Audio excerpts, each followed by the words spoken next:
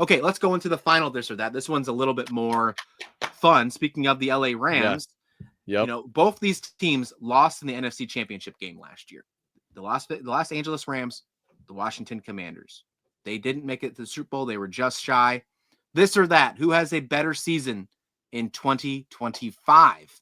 The Rams, who made some nice additions, as I just mentioned, and the Commanders, who made really great additions, especially trading for Laramie Tunsil. You go ahead. I'll let you go first on Okay, this one I'll go because first. I'm pretty confident in mine. Although I said the Rams are going to be great and win the division, I'm going with the Washington Commanders. Daniels is an absolute stud at quarterback, and guess what? He did that as a rookie last year. He did that as a rookie last year. I mean, it was absolutely insane what he did at the position. Now you see what they have added in the free agency. I think that they've done some really nice ads in free agency. I mean, let me just cook. I mean, Washington has done some great things. Insane. Dallas has not been great. Philadelphia lost a lot of players, which, don't get me wrong, they have a good replacements. I don't think Philly's going to fall off. But if you add some great players like Larry Tunsil, that trade that came over, you brought in some other good players. Javon Kinlaw, I think, can be a good piece. I know a lot of people are iffy on him, if he's going to be a bust or not. I like it. I think Will Harris was a good piece as well. Bringing Bobby Wagner back, I think, is a super underrated signing. What he did to the defense last year. Agreed. He's comfortable here.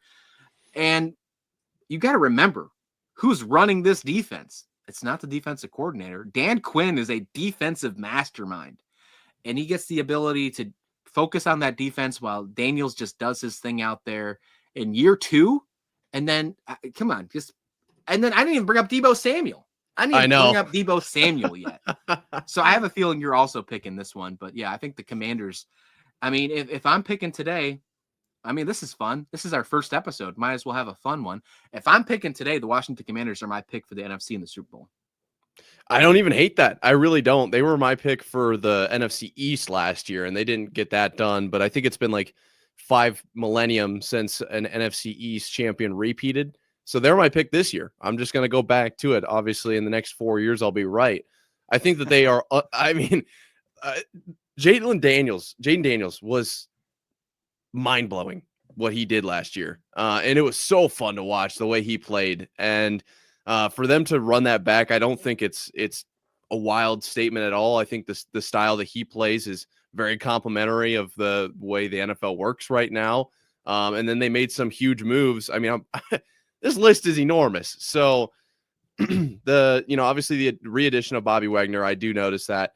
Bringing Zach Ertz back, that's another big one. Ertz too, yeah.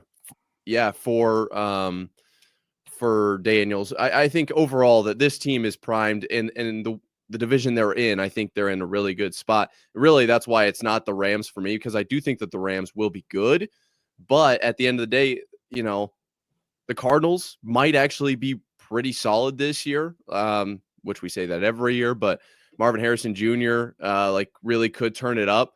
And then the 49ers, they'll find a way, I'm sure. And like we were just saying, like the Seattle Seahawks, if they made lateral moves, like I said, they are primed to kind of have that same 10-ish win season type of thing. So that's a challenging spot to be in. That division beats itself up a lot. And so I think if I had to pick between the two, we're really talking about two very good teams in the NFC, two probable Super Bowl contenders. Yeah. But I mean, how could you not? And the Commanders are such a lovable team too, because they've been just through so much with the poop pipes and everything with Dan Snyder. And it was like, now they've got it turned around. They got this logo. We're getting behind it. They're winning. Hail Mary against the Bears. Let's go. This is a fun team to root for. And so I am picking them partially for that reason. And also Ben Nickel, Iowa State's super, super athletic special teams guy, signed there last year. So kept my eyes on them. But you're going, 3 years ago, you would never say that Washington's a fun team to root for. I know. Never. That's what makes it so fun.